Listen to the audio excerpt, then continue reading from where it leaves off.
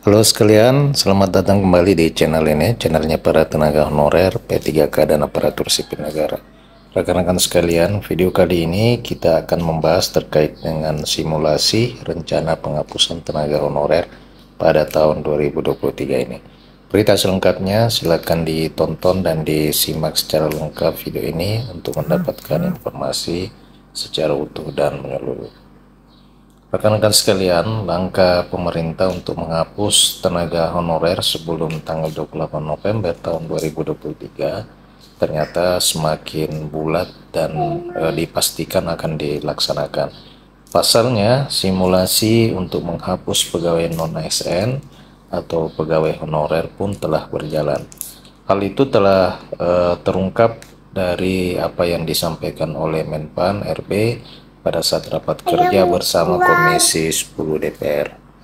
Deputi SDM Aparatur Kemenpan RB Alex Deni menuturkan bahwa pihaknya telah berkomitmen untuk menyelesaikan atau meniadakan pegawai honorer berdasarkan 4 pedoman prinsip atau guiding principles.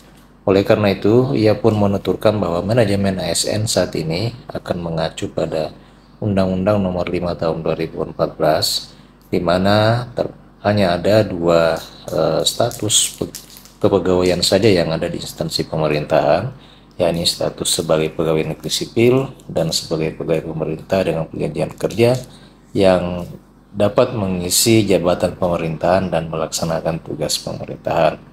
Rekan sekalian, adapun 4 pedoman yang dimaksud yakni termasuk penyelesaian pegawai honorer di Indonesia, menghindari pemutusan hubungan kerja atau PHK massal. Kemudian yang kedua, jangan sampai anggarannya membengkak, sebab mengacu pada undang-undang yang mengatur porsi dari APBD, ternyata hanya bisa menganggarkan 30% anggaran untuk pegawai honorer, sementara 77% tenaga non-ASN ini ada di daerah. Rekan-rekan sekalian, prinsip selanjutnya adalah menghapus pegawai honorer di Indonesia dengan tidak mengurangi pendapatan yang diterima oleh para tenaga honorer dan pegawai non-ASN saat ini tidak berkurang jumlahnya.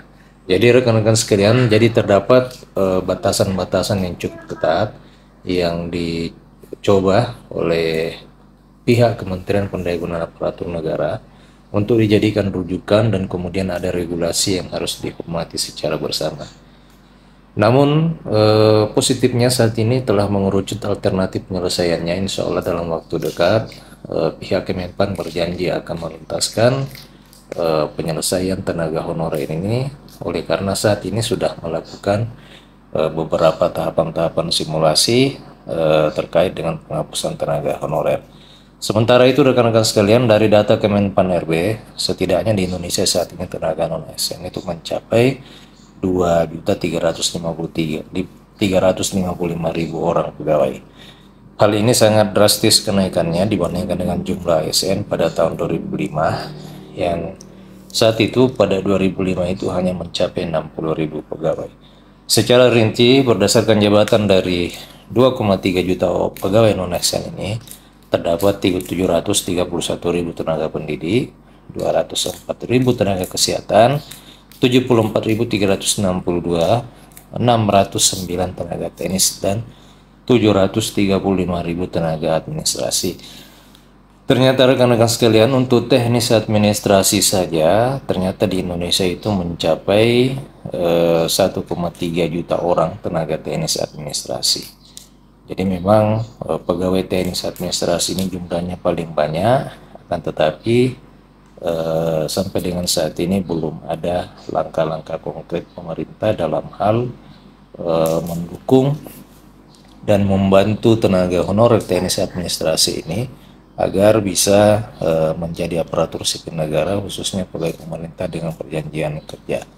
Beda halnya dengan tenaga kesehatan, tenaga pendidik yang diketahui bersama memang selama ini sudah cukup prioritas, sehingga terdapat beberapa kebijakan-kebijakan yang sangat memihak kepada mereka, dan dapat kita lihat rekan-rekan kita tenaga honorer guru misalnya, itu sudah banyak yang bisa terangkat menjadi aparatur sipil negara, khususnya P3K. Mudah-mudahan saja pihak kementerian juga bisa memperhatikan rekan-rekan kita tenaga honorer teknis administrasi. Lebih lanjut, Alex pun menyebutkan bahwa persoalan non-ASN di Indonesia saat ini masalahnya justru semakin besar karena semakin hari jumlah tenaga honorer ini semakin meningkat. Sebagaimana diketahui bersama bahwa di dalam Peraturan Pemerintah Nomor 49 Tahun 2018 tentang manajemen pegawai pemerintah dengan perjanjian kerja, dipastikan dan ditentukan masa kerja honorer itu hanya dibatasi hingga tahun 2023. Sementara itu, Direktur Eksekutif Apkasi Sarman Simanjorang menegaskan bahwa dengan adanya aturan ini, instansi pemerintah pusat dan Pemda tidak akan diperbolehkan lagi untuk mengangkat tenaga honorer. Tetapi dia berharap penghapusannya nanti harus ada simulasi terlebih dahulu. Ia pun menilai aturan ini merupakan upaya strategis dan mendukung agar supaya terjadi peningkatan profesionalisme ASN di lingkungan pemerintahan. Dengan di sisi lain juga dapat meningkatkan kesejahteraan para tenaga non-PNS serta memperjelas aturan dalam rekrutmen tenaga non-PNS. Kendati demikian, ia pun menekankan bahwa kebijakan penghapusan tenaga honorer ini akan diterapkan dengan tidak melakukan PHK massal terhadap tenaga honorer, kemudian tidak membebani anggaran Pemda, serta menghindari penurunan pendapatan yang diterima honorer selama ini. Nah, rekan-rekan sekalian, demikian berita kali ini terkait dengan rencana penghapusan tenaga honorer di tahun 2023 ini, di mana saat ini pihak Kemenpan telah melakukan atau sementara melakukan simulasi-simulasi terkait dengan rencana penghapusan tenaga honorer. Semoga saja dalam waktu dekat terdapat satu kebijakan yang nyata dan didukung oleh regulasi secara tertulis yang bisa yang diambil oleh Kementerian Pendayagunaan Aparatur Negara terkait dengan tenaga honorer ini. Oleh karena sebagaimana diketahui bersama bahwa surat edaran Menpan yang mengatur tentang penghapusan tenaga honorer itu sampai dengan saat ini masih berlaku dan belum ada regulasi atau surat edaran lainnya yang membatalkan surat edaran tersebut. Sebagai informasi tambahan rekan-rekan sekalian bahwa saat ini di Dewan Perwakilan Rakyat Republik Indonesia juga telah berlangsung pembahasan rancangan undang-undang perubahan undang-undang aparatur sipil negara, di mana salah satu poin penting dalam rancangan undang-undang ini adalah pengangkatan tenaga honorer menjadi pegawai negeri sipil tanpa melalui tes. Semoga saja rancangan undang-undang ini bisa segera disahkan dan ditetapkan sehingga kebijakan pengangkatan honorer menjadi PNS dapat segera dilaksanakan. Demikian rekan-rekan sekalian, terima kasih telah menyaksikan. Sampai jumpa di video berikutnya.